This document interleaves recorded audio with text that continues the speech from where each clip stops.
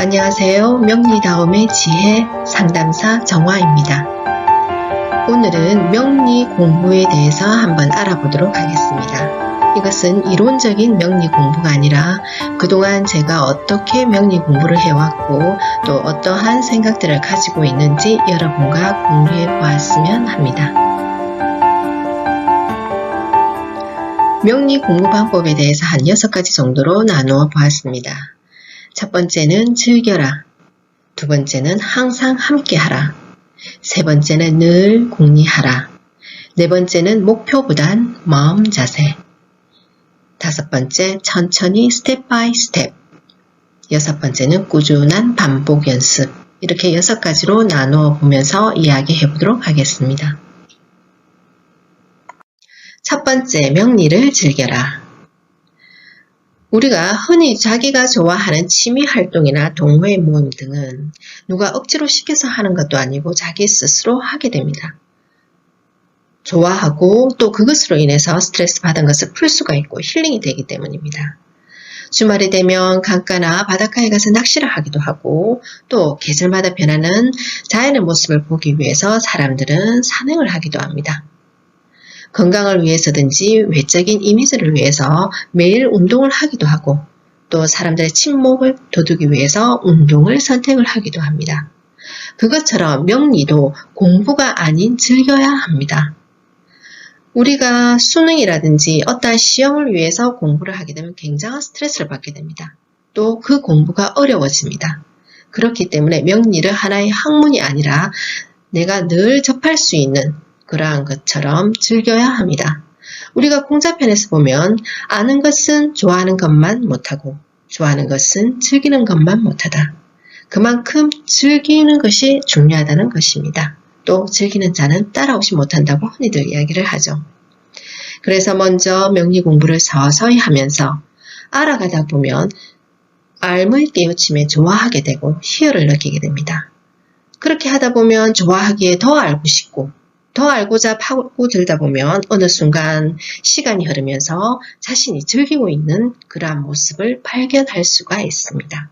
그래서 명리는 하나의 공부로 여기는 것보다는 즐기는 어떠한 자기의 학문으로 여겼으면 좋겠습니다. 두 번째, 명리와 늘 함께하라. 자, 우리가 일상생활에 눈을 뜨면 옷을 갈아입고 또 집안 청소도 하고 출퇴근도 하고 또 장을 보러 다니기도 하고 또 육아를 하기도 하고 여러 가지 많은 일상생활 속의 일들이 일어나게 됩니다. 그러한 집안 청소라든지 요리를 할 때라든지 정리정돈을 할 때 혹은 직장에서 출퇴근할 때도 집에 있다가 잠시 외출할 때라든지 또는 시장에 장 보러 가는 길이나 또 물건을 살 때 힘들어서 잠시 앉아 휴식을 취할 때 또 편히 잠들기 직전까지 여러 가지 하루 동안 일어난 일들에 관해서 명리와 관련하여 연관도 지어보고 사람이나 사물들도 잘 관찰해 봅니다. 제가 예전에 설거지에 대한 명리의 글을 올려놓은 적이 있습니다. 자, 설거지는 어떠한 오행이 결합돼서 하나의 세척이라는 결과물이 나올 수 있을까라는 궁리를 해놓은 글도 있습니다. 이처럼 설거지할 때라든지 청소할 때라든지 혹은 장을 보러 갔을 때 이 계절에 이러한 과일들이 나오는구나. 자, 어떠한 향기가 있는지 또 사람들은 그것을 보고 선호도가 어떠한지를 또 세탁을 할 때 역시 정리하고 널고 또 꺼내서 이런 여러 가지 행위를 할 때 명리와 어떤 부분이 접목되는지 경금이 자신은 먼저 이용을 하는지 꼼꼼하게 하기 위해서 정화와 신금을 먼저 이용을 하는지 이러한 자신의 모습도 살펴보고 주변의 사람이나 사물들도 잘 관찰해 보는 것도 좋습니다. 늘 궁리하라. 이것은 정말 중요합니다. 이 궁리는 자연의 현상을 이야기하는 것입니다. 제가 어느 순간부터 집 밖으로 나오면 공기가 어떠한지 아침 공기, 저녁 공기 다릅니다. 또 겨울이 되면 그 쌀쌀한 매운 공기도 느껴집니다. 여름이면 저녁 되면 약간 바람이 불면서 좀 습한 바람이겠죠. 나무 향기가 납니다. 그러면서 계절을 느껴봅니다. 봄 되면 수국도 피고 또 가을 되기 전에 감들이 조금씩 달리면서 색깔이 변하기 시작합니다. 또 이 팝나무에 화려한 꽃들도 피고 봄 되면 까치들이 날아다니고 또 진달래라든지 여러 가지 꽃들이 핍니다. 잔디가 어느 정도 올라왔는지 또 꽃이 어느 정도 자랐는지 잎들이 어느 정도 피었는지 이런 것들을 잘 살펴보면 좋겠습니다. 비가 오면 여러 가지 계절마다 비 오는 그러한 모습이라든지 또 여러 가지 다릅니다. 비를 맞은 단풍잎은 어떠한 모습으로 보이는지 또 한여름에 저녁 노을은 사계절 중 가장 짙습니다. 그러면서 여름은 이것이구나 느껴보는 것도 좋겠죠. 그래서 계절의 전환기 때 공기의 느낌이나 햇살의 온도, 따사로운 햇살도 있을 것이고 아주 좀 더운 햇살도 있겠죠. 그런 온도도 느껴보고 밤낮 길이의 차이, 하지 전에는 어떠한 밤낮 길이가 있고 하지 이후에는 어느 정도의 낮 길이가 이어지는지 대기 중에 습한 정도는 어떠한지 지금은 한여름이기 때문에 비가 오든지 하면 대기 중에 습도는 조금 있죠. 하지만 전체적인 우주의 기운이나 지구상의 기운은 이제는 서서히 음의 기운으로 넘어가기 때문에 약간 차가운 공기도 있습니다. 비가 올 때 계절마다 어떻게 다른지, 계절마다 다른 풀벌레 소리나 곤충 새소리는 어떠하며 새싹의 모습과 꽃 열매의 모양은 어떠한지 이런 것도 한번 느껴봅니다. 우리가 한여름에는 매미 소리가 요란하죠. 이 매미 소리는 도시의 매미 소리와 다르게 또 저 산속 깊이 산행을 가다 보면 그 매미 소리 두 개가 차이가 납니다. 또 가을로 접어들 때는 저녁이면 풀벌레 소리라든지 귀뚜라미 소리가 나타납니다. 또 새소리는 계절마다 또 다르게 느껴지겠죠. 이러한 것들을 잘 봅니다. 그때마다 사람들은 어떠한 생각을 하는지, 어떠한 움직임이 있는지, 분주한지, 안 그러면 한가하게 또 생활을 하는지 그런 것들을 한번 보시기 바랍니다. 그러면 절기마다 다른 느낌으로 다가오나 여러 가지 궁리를 하는데 도움이 될 것입니다. 명리 공부의 지름길은 없습니다. 한 가지 목표를 정했을 때 누구나 그 목표를 향해서 빨리 나가게 됩니다. 빨리 도착해서 좀 더 명성을 얻고 싶고 출세하고 싶고 그 다음에 돈을 벌고 싶어 합니다. 하지만 명리 공부는 지름길은 없습니다. 세 가지의 자세가 중요한데요. 첫 번째, 근본적인 자세. 이것은 누구나 다 잘 알고는 있습니다. 하지만 흔히들 보면 내가 빨리 상담사를 도전하기 위해서 또는 고수가 되어서 남들 자주풀이를 잘 해주고 싶어서 아니면 이것을 직업으로 해서 돈을 벌기 위해서 이러한 목표를 먼저 앞세우다 보면은 천천히 나가지 못하고 성급하게 됩니다. 이것도 알고 싶고 저것도 알고 싶고 이것도 취합하고 싶고 저것도 취합하고 싶고 그래서 헷갈리게 되고 나중에는 결국은 중도에 포기하는 경우가 많습니다. 그러므로 여러분들이 아시는 것처럼 명리는 자기의 정신 수양도 되지만은 남을 위해 마음을 내어보자는 순수한 진정성을 먼저 가져야 합니다. 우리가 할인업을 한다는 말을 많이 하죠. 이러한 할인업으로서 날카로운 혀를 내두르구나. 그래서 상대에게 상처를 입힌다든지 또는 돈을 벌기 위한 목적으로 함부로 어떠한 근거도 없이 이야기를 해버린다든지 이러한 것은 굉장히 지양해야 할 점이겠죠. 그래서 그렇기 위해서는 먼저 배울 때 어떠한 남을 위해 마음을 내어보자는 순수한 진정성, 항상 초심을 되돌아보는 그러한 근본적인 자세가 중요합니다. 그래야 길게 갈 수가 있습니다. 그 다음에 스텝 바이 스텝 천천히 가야 합니다. 모든 학문이 원래 기초부터 다지고 개념을 잘 이해해서 단계별로 다져 나갑니다. 우리가 기초는 보통 알고 시작해야 그 학문에 들어서기 때문에 누구든지 합니다. 하지만 개념을 잘 이해하기보다는 보통은 바로 외웁니다. 외우면 되돌아서면 잊어버리게 되고 또 일단 외웠다고 하더라도 활용에 있어서 여러 가지 다방면으로 융통성 있게 활용하기 어려워집니다. 그러므로 개념을 잘 이해해야 합니다. 이해하면 외울 필요 없이 그대로 몸에 체득하게 되고 또 잘 활용하게 됩니다. 명리는 인문 철학이기 때문에 많은 이론과 때론 모호함도 있지만 삶에 가장 밀접한 학문입니다. 나를 먼저 알아야 되고 나를 알게 되면 상대를 이해하게 됩니다. 그리고 긍정적인 삶을 만들어 나갈 수 있도록 그 주체가 나이고 또 내가 운전대를 잡고 가는 것일 수도 있습니다. 그러므로 뭐든지 천천히 스텝 바이 스텝 근본적인 자세로 즐기는 자세가 중요하겠죠. 또 하나 꾸준히 연습 반복을 해야 합니다. 하다가 중단하고 하게 되면 처음에는 쉬다가 좀 하면 되겠다 싶지만 나중에는 다시 하려고 하면 많이 지쳐져 있는 것을 스스로 깨닫게 됩니다. 그러므로 선택한 책은 끝까지 볼 수 있도록 노력을 해야 합니다. 이 책이 좋다고 또는 저 책이 좋다고 마구잡이로 책을 사서 조금 보고 그만둔다든지 또 호기심에 이 책 저 책 또는 유튜브를 저 사람이 유명하다고 해서 또는 다른 사람이 더 좋다고 해서 여러 가지 이론을 조합해서 머릿속에 넣다 보면 나중에 헷갈리게 되고 또 정체성이 흔들려서 어떻게 해야 할지를 모르게 돼서 포기하는 경우를 많이 보게 됩니다.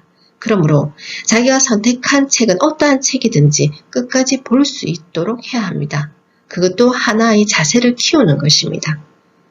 하지만 그 책 속에 우리가 보통 여러 가지 학문적인 책 속에는 기본적인 기초 이론들이 있습니다. 그 이론들은 배우되 그 외에 조금은 멀리 해야 할 이론들, 너무 단편적인 지식이라든지 또 한 곳에 몰입된 지식, 또 누구나 해당되지 않는 지식, 또 상처를 주는 지식, 또 불안감을 조성하는 지식, 그러한 지식은 지양해야 할 것입니다.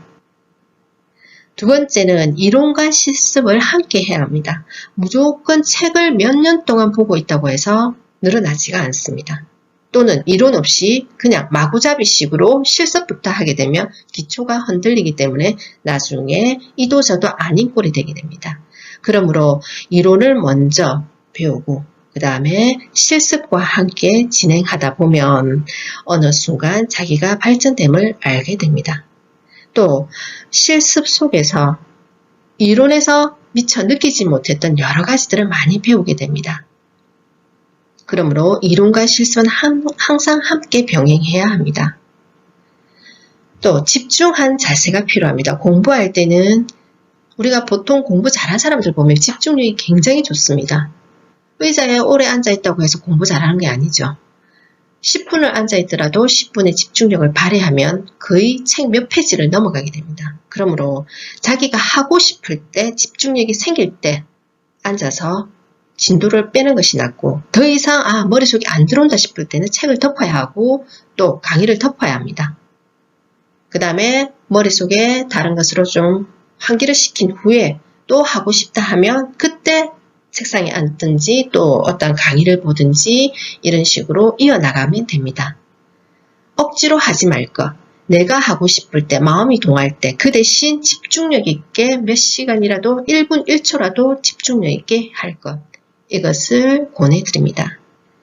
또 공부 방법들은 저랑 또 다른 사람 공부 방법들이 다 다릅니다. 그렇기 때문에 제 공부 방법을 따라 하는 것이 아니라 자기의 성향에 맞는 공부 방법을 하면 됩니다.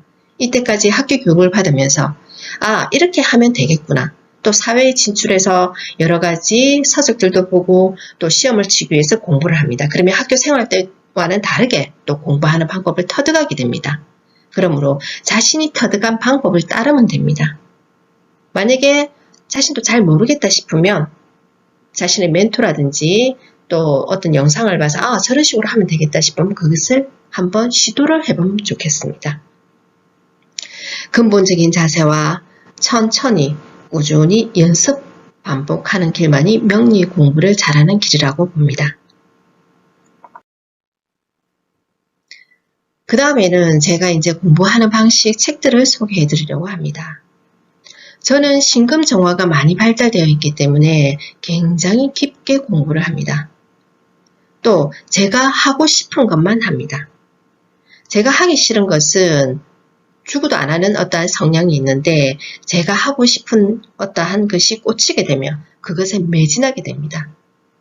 굉장히 깊게, 굉장히 꾸준하게 끈기 있게 나갑니다. 책을 볼 때도 여러 가지 유형들이 있습니다. 어떤 사람은 큰 테두리를 먼저 술 읽어보고 그 다음에 자세히 또 더 자세히 반복적으로 읽어보는 사람이 있는 반면에 어떤 사람은 그냥 한 페이지, 두 페이지 설설 근성으로 읽어서 책 하나 끝냈다는 사람도 있고 어떤 사람은 한 페이지가 이해 안 되면 못 넘어가는 사람들이 있습니다. 저는 마지막 후자에 속하는 사람입니다. 한 페이지마다 줄을 그어가면서 또 중요한 것은 별표를 치고 한 페이지마다 이해하면서 넘어가려고 합니다. 모르는 것은 항상 질문을 합니다. 저는 명리 공부에서 가장 중요한 것은 질문입니다. 그러므로 자신의 스승이 있어야 되고 또 그 스승에서 배울 수 있는 게 가장 좋습니다. 또 책을 읽다 보면 머릿속에 그려지는 그림들이 있습니다. 그것을 저는 그 페이지 위에다가 이런 식으로 그림을 그려 놓습니다. 처음에는 한 권의 책 가지고 한 페이지씩 보고 질문하고 모르면 또 질문하고 이런 식으로 넘어가다 보니까 시간이 많이 걸립니다. 그리고 기억들이 부분 기억들로만 남습니다. 하지만 이것이 반복되다 보면 내가 어떤 것을 기억하고 또 내가 이전에는 몰랐던 것을 다시 배우게 되고 그럼으로써 나중에는 하나의 전체적인 머릿속에 통합이 됩니다. 또 중요한 것은 이런 식으로 표를 해둡니다. 내가 빨리 찾을 수 있도록 여기에다가 글을 적어 놓습니다. 그러면 제가 필요할 때 어떤 부분이 필요하다 싶으면 이 테이프에 쓰여진 글을 보고 제가 페이지를 빨리 넘길 수가 있겠죠. 공통보감 같은 경우에도 이제 십성들이 많이 나오게 됩니다. 그러면 십성에 이제 그 일간마다 십성이 다 달라지게 됩니다. 그것은 여러분들이 잘 아실 겁니다. 제가 신금이면 재성은 간목이 되지만 이제 수기운을 가진 사람의 재성은 화가 되겠죠. 이런 것처럼 다르게 됩니다. 제가 십성에 대해서 많이 헷갈려서 그때는 어떻게 했냐면 제가 어떠한 위주로 제의 어떤 사주를 가지고 거기에 빗대어서 어떠한 십성들을 보는 그러한 공부 방식을 또 택하기도 합니다. 그래서 자기가 어떻게 하면 이해를 잘 할 수 있는지 그래서 잘 포착을 해서 해나가면 좋겠습니다.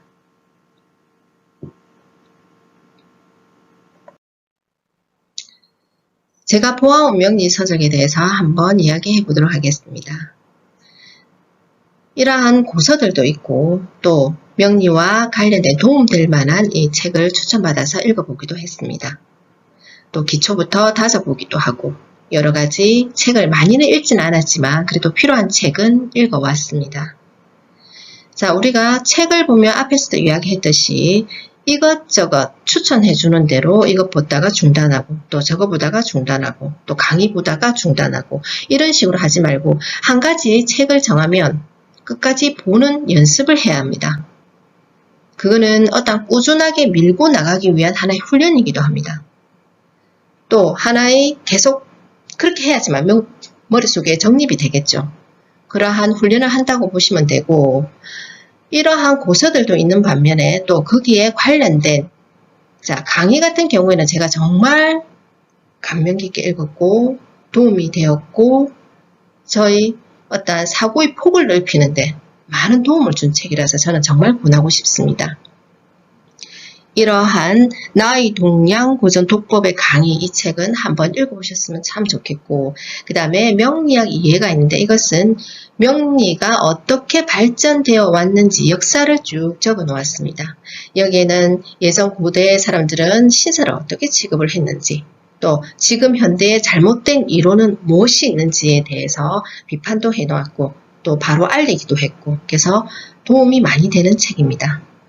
지금은 제가 절기사당을 보고 있는데 우리가 흔히 24절기라는 것은 검색해봐도 또는 일반 시중의 책을 봐도 옛날 그대로 내려오는 용사법에 대한 이야기만 적어놓은 것이 많습니다. 안 그러면 기후가 어떻게 변한다 이런 정도의 간단히 적어놓은 것이 많은데 이 절기사당은 그 해당 절기마다 사람들이 가져야 할 준비 자세 또 생각해야 할 것 또 지금 현대에 어떻게 발전해 나가야 하는지 그러한 지침서를 알려주는 책이 바로 절기서당입니다. 그래서 굉장히 새롭게 와닿았고 또 명리 공부하는 사람으로서 절기가 중요하기 때문에 그 절기에 어떻게 설명해야 되는지 그러한 것들을 많이 배울 수 있는 책이기도 합니다. 그래서 지금 읽고 있는 책은 절기서당입니다. 강의는 정말 명리 공부하는 사람이든지 아니든지 꼭 한번 읽어보시기 바라고 명리학 이해도 마찬가지입니다. 제가 주로 하고 있는 것은 기질 분석입니다. 명리학자 이승훈 선생님께서 기질 분석을 만드셨고 거기에 따른 여러가지 시마노론이라든지 운세 분석 이것을 쭉 배워봤습니다. 이 역시 그냥 책만 보고 지나가지 말고 이론과 실습을 하면서 적용을 해보다 보면 더 깊게 들어갈 수 있고 또 많은 것을 배울 수가 있습니다. 어떤 사람은 기질 분석만으로는 조금 어렵다. 사주 분석, 우리가 지금 생각해온 여러 가지 이론들을 더 넣어야 된다. 더 배워야 된다. 이것도 배워야 되고 저것도 배워야 된다. 이렇게 하는 사람들이 많습니다. 물론 그 말도 틀린 것은 아니지만 제가 지금은 거의 사주 분석에 있어서 십성이라든지 또 다른 여러 가지 이론들은 많이 들어가지를 않습니다. 먼저 기질 분석부터 하고 그 기질 분석에 대해서 그 사람의 환경과 결부시켜서 거기에 굉장한 많은 깊은 사고를 하고 또 거기에 대해서 풀이를 하게 됩니다. 그것이 거의 80%를 차지하게 됩니다. 그만큼 기질 분석으로서 자신을 안다는 것이 사주 풀이에 있어서 가장 중요합니다. 그리고 환경이 중요합니다. 우리가 흔히 무속인한테 가든지 철학관에 가든지 또는 유명한 사주 풀이하는 사람한테 가든지 하면 그 사람에 대해서 묻기보다는 사주 자체 내 안에서만 보는 것을 많이 합니다. 이 사람의 부모가 어떤지 재산이 어떤지 또 신살이 있는지 공망이 있는지 그런 것만 따지게 되지 환경은 잘 묻지를 않습니다. 하지만 우리가 엄마 뱃속에 한날 한시에 태어난 쌍둥이도 환경에 따라서 굉장히 다른 모습을 보게 됩니다. 그만큼 자신이 가지고 태어난 그 기질이 중요하고 그 기질로부터 모든 것이 파급되며 삶이 이루어진다고 볼 수가 있습니다. 그래서 기질 분석은 아주 중요하고 이것을 자꾸 실습하고 이론하고 결부시켜서 공리해야지만 더 깊이 들어갈 수 있고 또 그거로 인해서 사람을 더 이해를 할 수 있고 또 그거에 대한 해결책을 제시할 수 있는 여러 가지 방법들이 생겨나게 됩니다. 그리고 항상 모르는 것은 질문하기.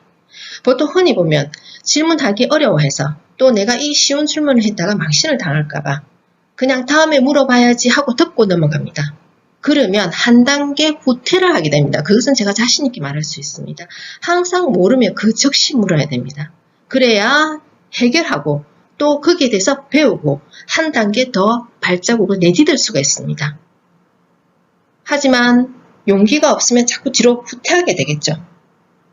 부끄러워서 창피해서 이러한 생각이 들다 보면 명리의 어떤 깊이 들어가기에 굉장히 힘들게 됩니다. 그러므로 용기를 가지고 쉬운 것부터라도 괜찮으니까 항상 어느 사람한테나 묻고 진행하기 바랍니다.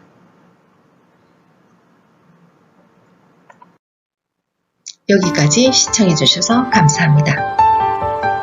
명리다움의 지혜 상담사 정화였습니다.